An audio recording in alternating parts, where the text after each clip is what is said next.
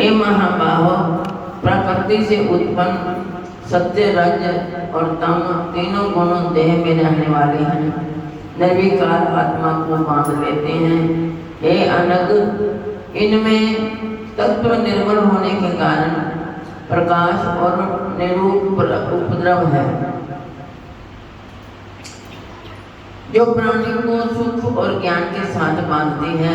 हे कौन्ते, रोगात्मक रजोगुण से तृष्णा और आसक्ति उत्पन्न होती है, जो प्राणी को कर्म के साथ बांधती है। तमोगुण की उत्पत्ति ज्ञान से है। ये नम्र आलस्य निद्रा से प्राणी को बांधता है।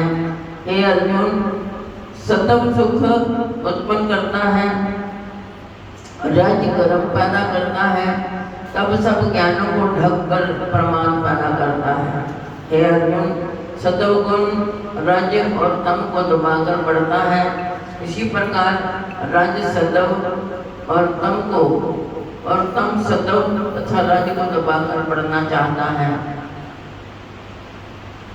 इस देह में इंद्रियों द्वारा जब ज्ञान का प्रकाश उत्पन्न हो, तब समझिए सतोगुण की विशेष वृद्धि हुई है। एक कौन्ते, रजोगुण की वृद्धि में लोभ, कर्मों में प्रवृत्ति, कर्मों का आरंभ, अशांति और इच्छा उत्पन्न होती है। एक कुंती नंदन, तमोगुण की प्रबलता में अविवेक, अनुदम, प्रमाद और मोह ये सब होते हैं। जब देह को सतोगुण के उदय में मृत्यु प्राप्त होती है, तो वह ज्ञानियों के प्रकाश में लोक को पाता है। रजोगुण के उदय से मरकर कर्मों में आसक्त मनुष्य जन्म लेता है, और तमोगुण के उदय में मरा हुआ मूढ़ योनि में जन्म पाता है। सात्विक पुण्य कर्म का फल भी सात्विक कलंक रहित होता है। राजस कर्म का फल दुख और तामस कर्म का फल अज्ञान है। सत्व से ज्ञान उत्पन्न होता है, रज से लोभ तथा तम से प्रमाद। मोह और अज्ञान की उत्पत्ति होती है। सात्विक पुरुष को उत्तम, राजस और मध्यम और अधम तामसी लोगों को नीच गति प्राप्त होती है। जो दृष्टि गुणों से अलग अर्थात निर्गुण साक्षी मात्र आत्मा को जान लेता है, वो मेरे रूप को प्राप्त होता है।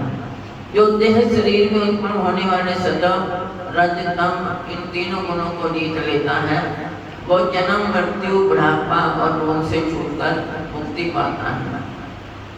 अर्जुन ने पूछा, हे प्रज्ञ, मैं कैसे मालूम हूँ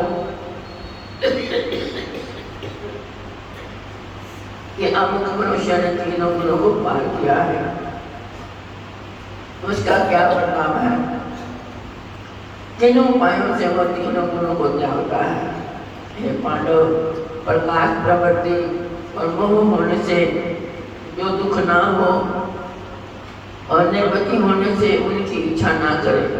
उदासीन मनुष्य के समान, जिसको सब दुखी समान है और गुणों के कर्म होते ही रहते हैं, ये जानकर जो निश्चिंत रहता है और कभी विचलित नहीं होता, जिसको सुख और दुख, मिट्टी, पत्थर और अप्रिय निंदा और स्तुति समान है। जो धीर है, जिसने सभी बखेड़े छोड़ दिए हैं, उसे गुणातीत कहते हैं। जो अनन्य भक्ति से मुझे पूजता है, वह तीनों गुणों को जीतकर ब्रह्म भाव को पाता है। क्योंकि ब्रह्म का और विकार रहित मोक्ष का और सनातन धर्म का और अखंड सुख का भंडार मैं ही हूँ। बोलिए सच्चिदानंद भगवान की जय। 14वें अध्याय का महात्मा।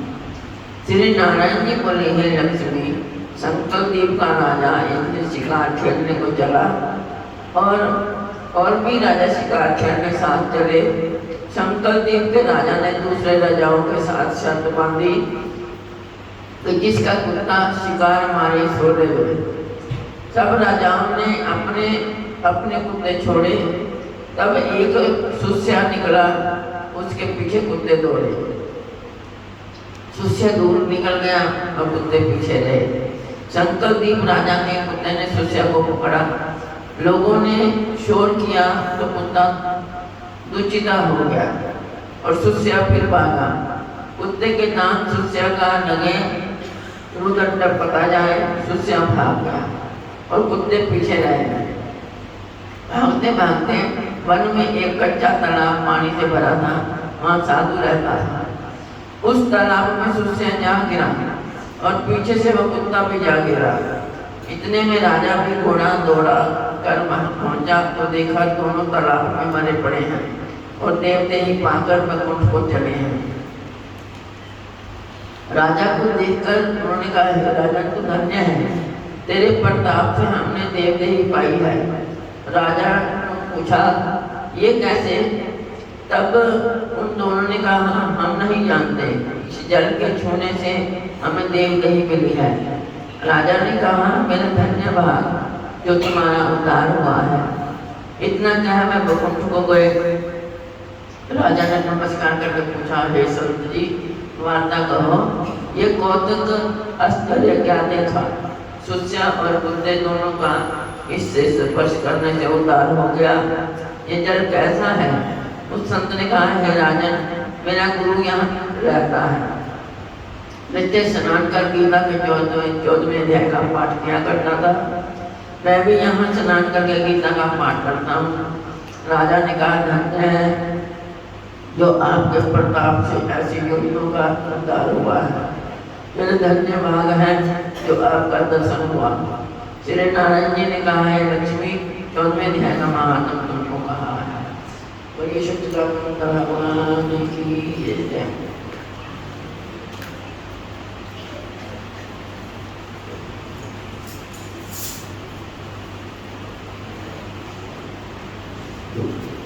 Thank